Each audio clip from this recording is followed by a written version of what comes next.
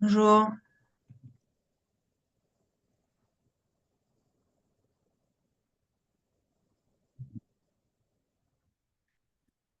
Tu m'entends? Oui, vous m'entendez?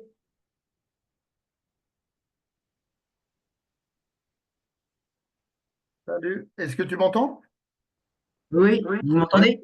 Oui, c'est bon. Bonjour, je suis désolé. J'ai un petit problème avec l'ordinateur. Alors, je ne sais pas si. J'espère que ça va le faire, mais bon, on trouvera bien une solution. Est-ce que tu vois les exercices? Non. Oui, je vois le PowerPoint avec, Alors, qu'est-ce que tu vois comme PowerPoint? je vois séance du 11 janvier 2025, le logo.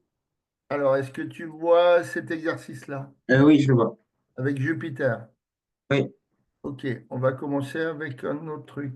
Euh, T'es en troisième, hein, c'est ça? oui, Ouais. c'est ça. Ok. Alors, ça marche. Alors, je vais récupérer des exercices.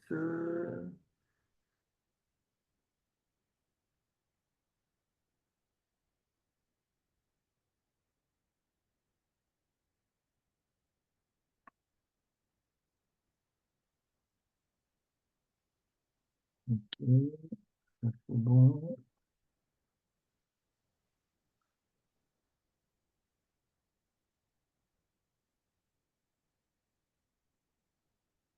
Voilà. Est-ce que tu vois l'exercice avec l'objet A, objet B, aimant 1, aimant 2? Oui, je vois. Donc, on te demande, on va faire la 1 et la 2 en même temps. Indiquer si l'attraction est attractive ou répulsive et si c'est une interaction à distance ou de contact. Donc, tu as un objet A qui est sur un objet B. Oui, alors c'est une attraction répulsive qui, euh, qui est une interaction de contact. Alors, c'est bien du contact, mais pourquoi elle ne serait pas attractive? Pourquoi elle serait répulsive? Parce que les flèches, elles indiquent qu'ils vont vers des côtés différents. Mhm. Et dans la 2, donc, est-ce que tu es toujours dans un truc à contact ou à distance? Là, c'est une interaction à distance. D'accord. Et c'est répulsif parce que ça part dans l'autre sens. Oui. Mm. D'accord. Au niveau du satellite et de Vénus, est-ce que c'est du distance et de contact? Enfin, non. Est-ce que c'est à distance ou répulsive, distance attractive, etc. Donc, c'est une interaction à distance attractive. D'accord. Donc maintenant, t'imagines, tu as dans ta main un fil et au bout de ce fil, à 30 centimètres, tu as une balle. D'accord. Est-ce que c'est distance contact? Euh, inter- c'est une interaction à distance et Est-ce qu'elle est attractive ou répulsive? hum, je dirais qu'elle est attractive. Ouais, ben les flèches vont comment? Enfin, on voit qu'il y a une attraction de la balle sur la main et inversement. Ok, alors attends, je vais prendre l'autre exercice. Il est là.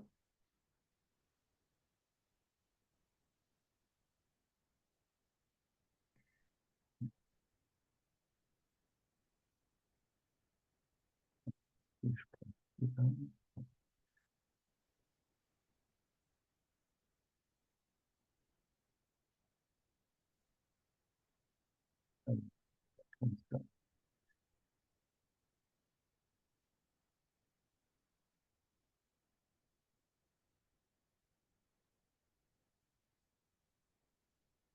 On va comme ça, on va prendre les deux là. Ouais, les deux là. Ok.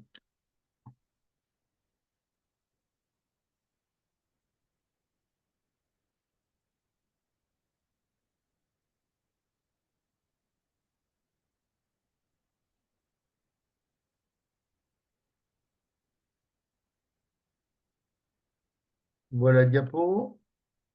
Oui, OK. Allez, tu essaies de me le faire et tu me l'envoies sur WhatsApp.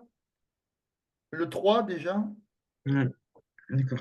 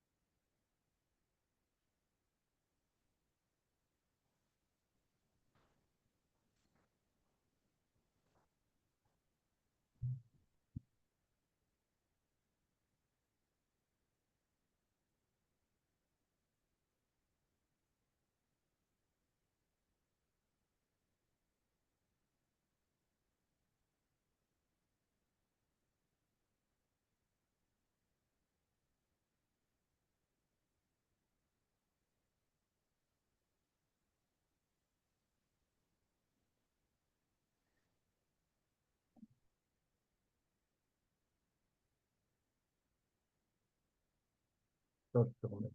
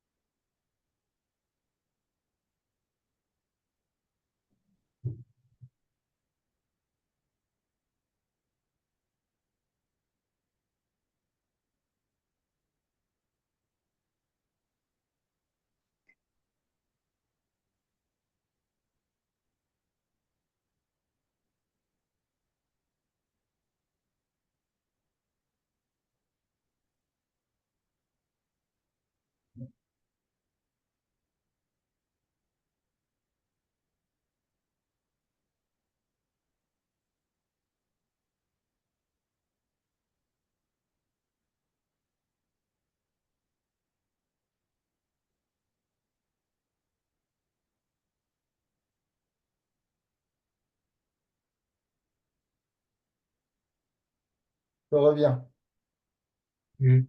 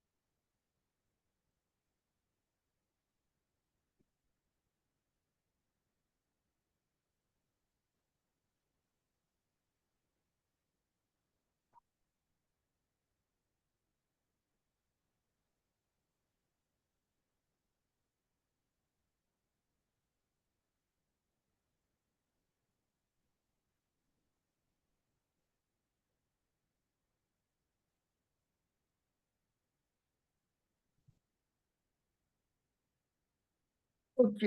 Alors, est-ce que ça, il y a des choses qui te posent problème? Oui, j'arrive pas à comprendre comment on fait l'inventaire des actions s'exerçant Alors, sur la ligne. ok, on va le faire ensemble alors. Accueil, diapo. Alors, tu as une balle, donc le joueur de rugby court avec un ballon dans sa main. Faire l'inventaire des actions s'exerçant sur le ballon. Alors, qu'est-ce que tu as comme force? Dès l'instant que tu as un objet, qu'est-ce qu'il y a forcément comme force qui agit dessus? La force des mains. Voilà. Il y a déjà, hein, donc ici, tu as le ballon, si tu veux. On va mettre voilà, on va l'appeler B, hein, le point ballon.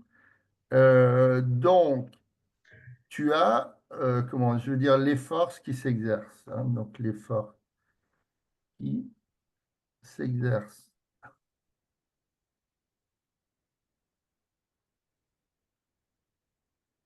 Donc, tu as déjà la main sur le ballon, d'accord? Je vais essayer de faire mieux. La main sur le ballon. Après, qu'est-ce qu'il y a comme autre force qui s'exerce dessus? Euh, la force Autour du ballon, il y a quoi? de l'air. Voilà. Donc, tu as l'air sur le ballon. Mhm. La force Et après, il de reste la gravité. voilà, la gravité, hein, donc la terre sur le ballon. Mhm. Donc voilà les. Alors, bien souvent, on oublie l'air, mais ça agit dessus. D'accord? Donc il y a la terre, donc qui correspond au poids, hein. Dès l'instant que nous, on est debout quelque part, voilà, on est attiré par la terre qui correspond à notre poids P égale mg. Je ne sais pas si tu as déjà vu. Euh, tu poses quelque chose sur une table, c'est pareil. Voilà, ça reste sur la table, mais comment je veux dire, si par exemple tu mets, je sais pas quoi, moi, un paquet de riz sur une table, il y a le poids qui s'exerce, la gravité qui s'exerce, donc le poids il est vertical dirigé vers le bas. Par contre, tu as une réaction de la table qui s'exerce sur le paquet de riz, qui, elle, est de sens contraire, avec la même direction, mais un sens opposé. Donc, c'est pour ça que le paquet de pâtes reste ou de riz reste en équilibre. OK. Alors, donc, faire l'inventaire, ça c'est bon. Identifier les interactions de contact et les interactions à distance. Donc, contact et distance, c'est quoi? Donc, Euh, est-ce que la main sur le ballon, c'est une à... interaction de contact. Donc ici, c'est du contact, on est d'accord. Quelle est la deuxième qui est... Quelle est L'air, la deuxième qui c'est est de contact? avec l'air, c'est une interaction de contact aussi. Hein, donc ça, c'est la même chose. Et la terre sur le ballon, ça, c'est une interaction À distance. voilà, à distance. Alors, est-ce que tu as vu avec ton ou ta prof comment tu fais le diagramme, donc pour la troisième question, le diagramme objet-interaction du ballon, avec les traits pleins, les traits pointillés. Tu l'as vu ou pas? Euh, oui, oui, Voilà, donc, comment tu symbolises si, pour le troisièmement, comment tu symbolises... Alors, attends. Premièrement, donc ça c'est, on va dire que c'est premièrement... Donc, premièrement et deuxièmement. Donc, ici, on a dit qu'on avait l'air, la main et la terre. OK. Donc, pour le troisièmement, ben, tu mets ton système ballon qui est là, par exemple, et on l'appelle B. Et ici, par exemple, tu as la terre, ici, tu as la main, et ici, tu as l'air. Donc, où est-ce que je vais faire des pointillés, ou est-ce que je vais faire des traits pleins?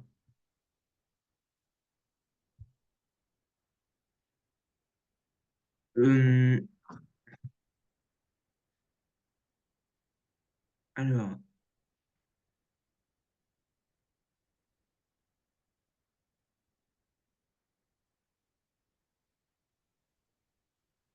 D'après ça, d'après ce qu'on vient de faire là, les interactions à distance ou de contact. oui. Donc, Donc, on va faire un trait plein entre euh,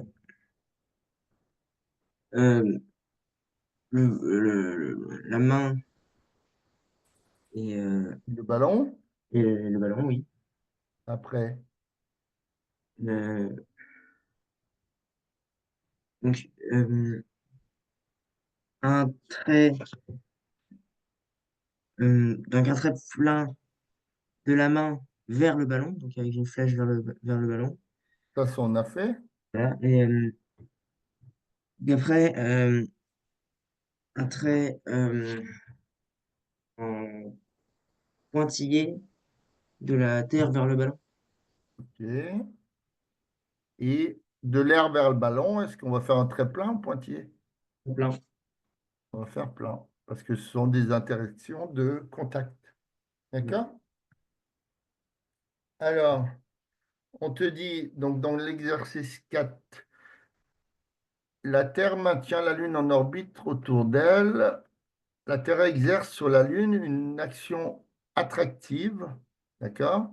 Donc, c'est symbolisé par le petit vecteur. Alors, tu n'as pas encore entendu trop parler de vecteur, hein, tu verras ça peut-être certainement en seconde. Donc, c'est symbolisé par une flèche, hein. Donc, on voit bien que c'est la Terre qui attire, enfin, je veux dire, c'est la Terre qui attire la Lune, d'accord? Donc, la force d'interaction, elle part du centre de la Lune.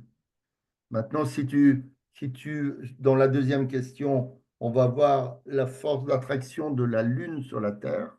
D'accord? Donc, on va traiter ça. Donc, est-ce que tu as vu les notions de caractéristiques d'une force en cours? Les caractéristiques. Oui, oui, j'ai Alors, donc les quatre caractéristiques, le c'est point le point d'application, c'est la direction, c'est le sens et c'est d'application. la norme ou la valeur quoi, de la force. L'intensité. Donc, essaye de me faire ça et de me l'envoyer. Alors, donc on te dit que la Terre exerce sur la Lune une attraction de 2,010 puissance 20 newtons. Elle est modélisée par la force F en bleu, là. D'accord? Donc, quelles sont les caractéristiques du vecteur force F Lune-Terre? Alors, donc déjà le point d'application. Le point d'application, après la direction, après le sens et après la norme. Mm.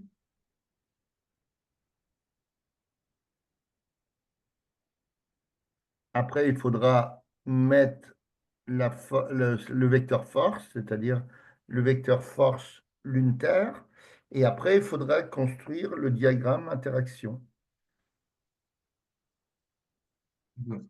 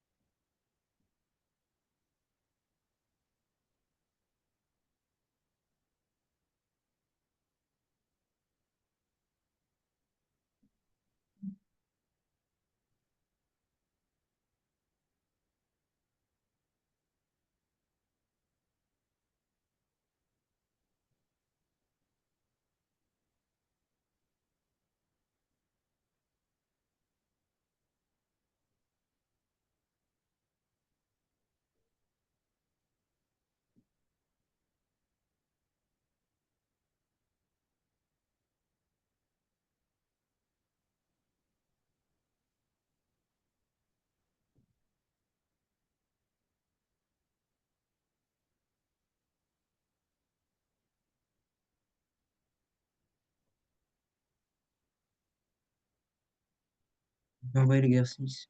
Ouais. Ouais.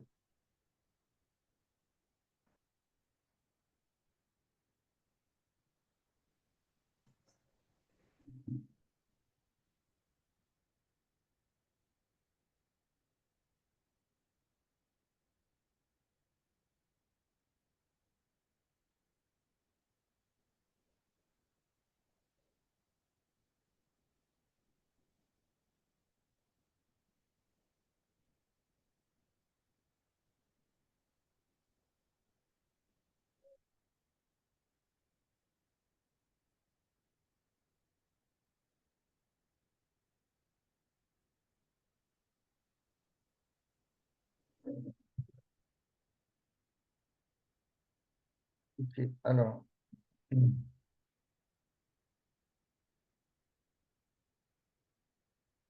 sais pas si j'ai reçu. J'ai rien reçu, moi. Euh, sur cours de physique, Ah, ouais. cours de physique, Martyr Simon. Ah, ouais. Ok, c'est bon.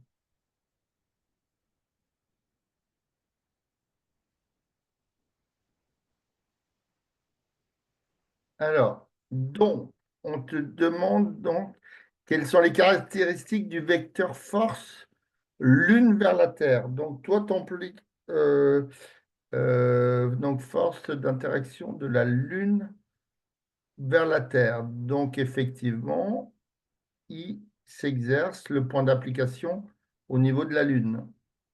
Au niveau de la Terre, pardon. Au niveau de la Terre. On est d'accord. Alors, attends que je... Donc, ça, c'est l'histoire du ballon. Ok, je vais recréer une autre diapo.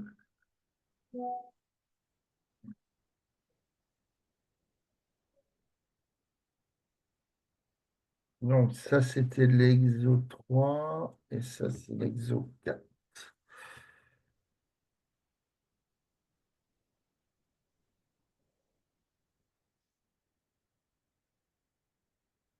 Donc, exo 3, exo 4. Ok. Donc, ici, tu as la Terre et ici, tu as la Lune. Ok. Donc, ici, tu as les deux centres. Ok. Donc, la force d'interaction de la Lune sur la Terre, elle est là. Force de la Lune sur la Terre. Hein, elle est contraire à celle qui est forcément. Elle a la même direction, sens contraire de celle qui est indiquée comme étant la force de la Terre sur la Lune. D'accord? Donc son point d'application, c'est bien le centre de la Terre. Hein. C'est le centre, on va mettre le centre de gravité G. Hein. Comme on prend toujours les objets en centre de gravité G, on va l'appeler G. Qu'est-ce qui se passe? Pourquoi ça ne marche pas? Voilà, le point G. OK. Donc, sa direction, c'est Lune-Terre. Son sens, c'est de la Terre vers la Lune. Et alors, combien vaut? Alors, ce que tu m'as mis, elle vaut l'intensité, la même chose, hein, 2 10 puissance 20 newtons. OK. Donc, elle vaut 2 10 puissance 20 newtons. Donc, direction. Alors, mince. La direction, donc on va l'appeler G' ici. Voilà. La direction, donc c'est la droite G, G'. Le sens, c'est alors le sens, c'est donc vers G', vers G'. L'intensité, donc c'est la même chose que l'autre force, c'est 2, 0, 10 puissance 20, hein, je crois, newton. Et le point d'application, donc c'est le centre, on a dit que c'était le centre de la Terre. Donc, c'est le point G. OK. Donc, le diagramme d'interaction, bon, c'est pas grave, donc c'est en pointillé puisque c'est une interaction à distance, d'accord? Mhm. Ok. Alors, quelle heure il est? 37.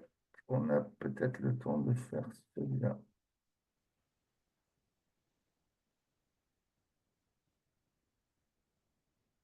Alors, est-ce que tu as vu là, avec la constante gravitationnelle, tu as vu des exercices en cours? Hum, on a fait, on avait fait un exercice justement sur l'interaction Terre-Lune. D'accord. Bon, on va faire celui-là. Bon, la première question, on ne la fait pas, c'est pas grave. On va faire la deuxième et la troisième. Donc, tu as comment dire, tu as Jupiter, enfin, tu as un lot, c'est un satellite naturel de Jupiter. Ils sont en interaction. Donc, calculer la valeur de cette force. Alors, est-ce que tu as vu... attends, je crée une diapo.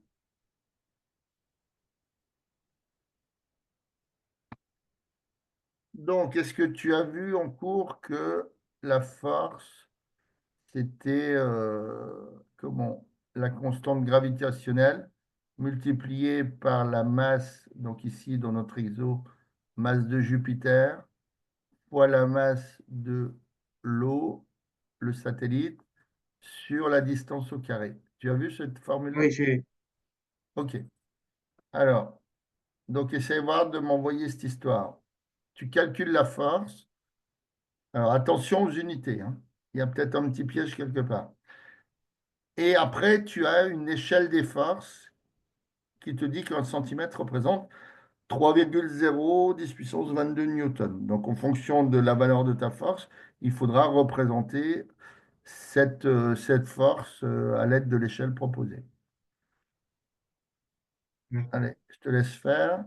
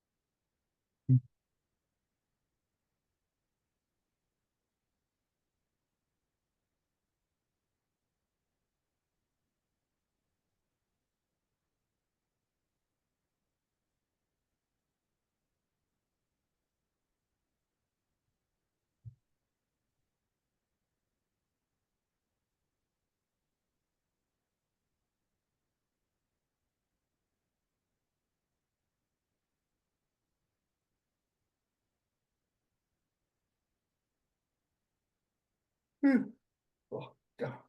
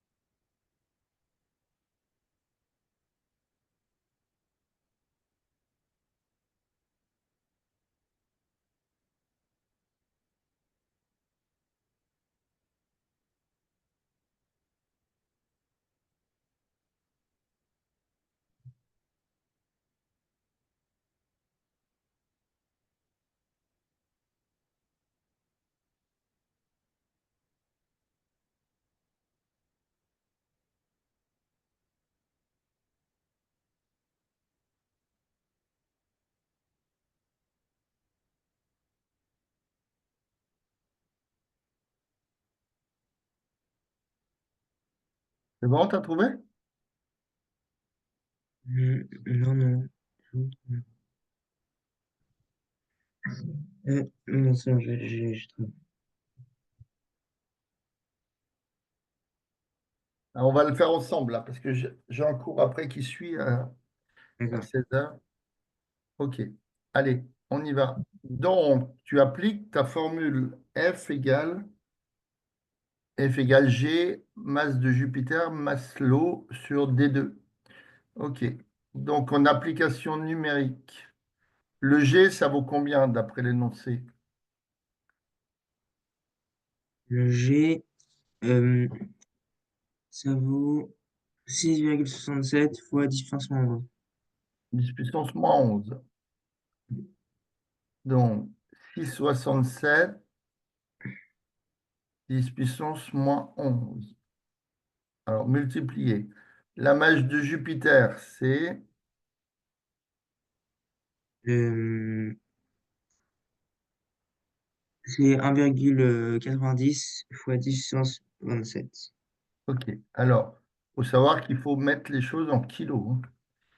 Kilo. Donc, on est bien en kilos. Fois Oui.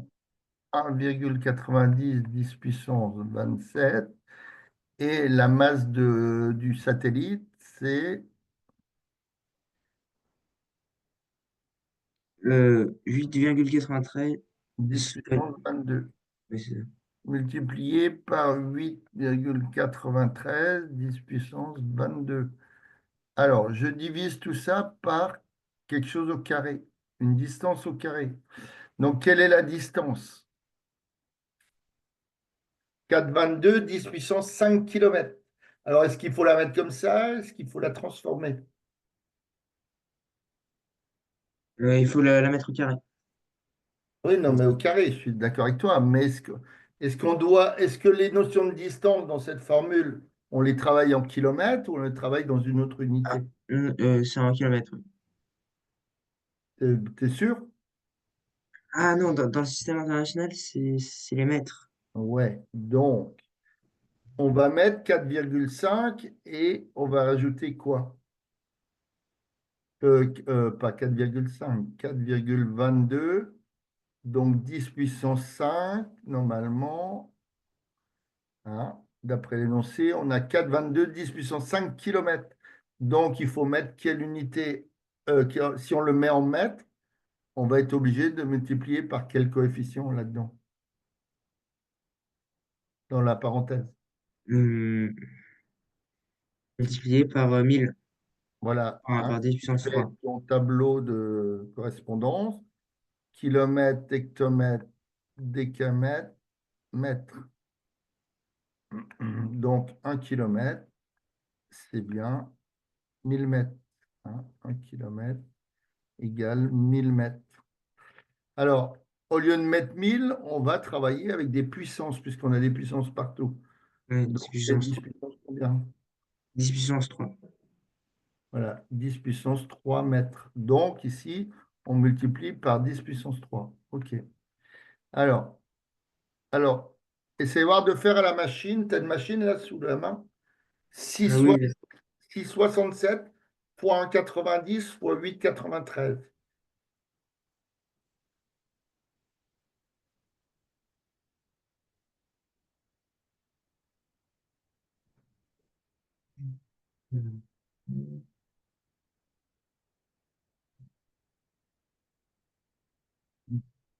Donc, 6,67 6,67. fois 8,93 fois 1,90. Alors, bah, la formule qu'on a, on Oui, calcule déjà que les chiffres, après on fera les puissances. 6,67 fois 1,90 fois 8,93. ah oui, ça fait 113,5. Voilà. Et je divise par 4,22 au carré. Hein, puisque j'ai 4,22 au carré.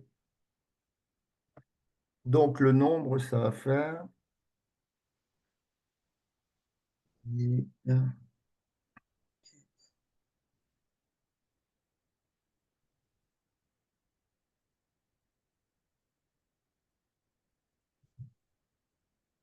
Ça fait combien le chiffre?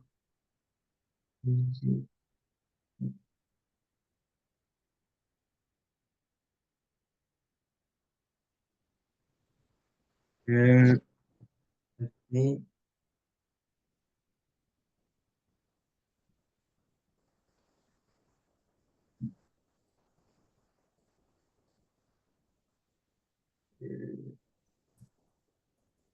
Bah, tu trouves combien?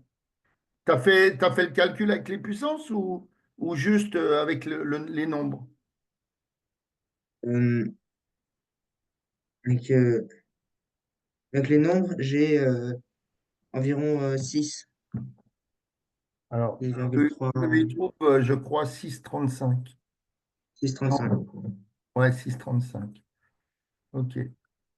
Alors, on trouve 6,35. Maintenant, si j'applique les puissances, quand je fais 10 moins 11 fois 10 puissance 27, ça fait combien? Euh, non, Comment donc tu les fais? 10 puissance en haut, donc ça nous fera 10 puissance 38, Alors, 27 et 22, ça fait 39. 49 moins 11, 38. Maintenant, en dessous, j'ai 10 puissance 8, mais que j'élève au carré. Donc, ça fait 10 puissance. Moins 8. Comment ça, moins 8? Euh, J'ai 10 puissance 5 que multiplie 10 puissance 3. Ça fait 10 puissance 8. ah oui, oui, oui, c'est Si je l'élève au carré, ça fait 10 puissance. 16. Ça fait 10 puissance 16. Donc, comme c'est au dénominateur, je les retranche quand je les monte en haut. Hein. Donc, ça fait 10 puissance 38 moins 16. Donc, ça fait 6,35 10 puissance 22. Donc, Newton. Hmm. Et après, tu appliques ta règle de 3. Alors, attends, j'ai un problème. Il faut que je coupe l'ordinateur. Tu me rejoins à nouveau dans. Je rouvre la session.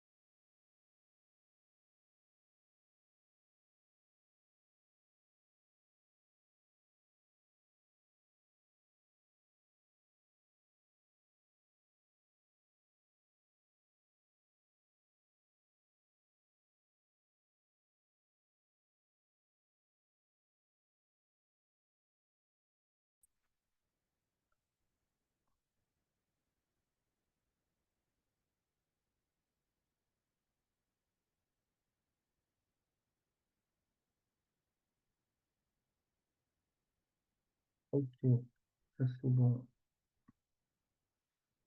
Alors, admettre, ça marche. Ah, bon, bah écoute, je te le...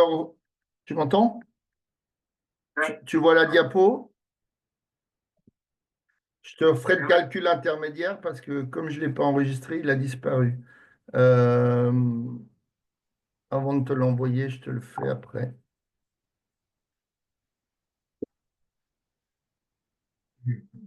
Donc, on arrivait à F égale 6,35, 10 puissance 22 newtons. D'accord?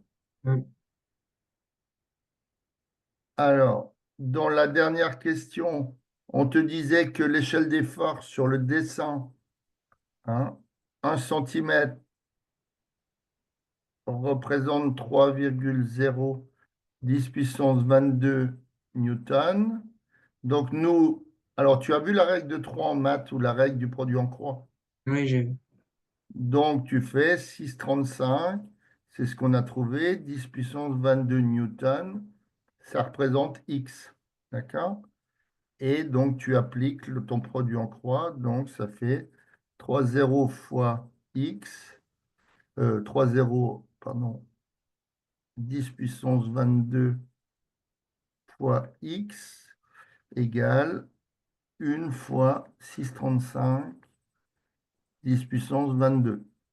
Donc, ça fait X égale 6,35, 10 puissance 22 sur 3,010 puissance 22. Les 10 puissance 22, on peut les supprimer. Ça fait à peu près 2,1 cm. D'accord? Donc, ta force, hein, ici, tu as la, comment, ici, tu as Jupiter. Ici, tu as le satellite qui s'appelle l'eau, je crois, ouais. Donc, là, si tu prends tes centres, donc là, on a dit que quoi? On a dit que on calculait quoi? La force.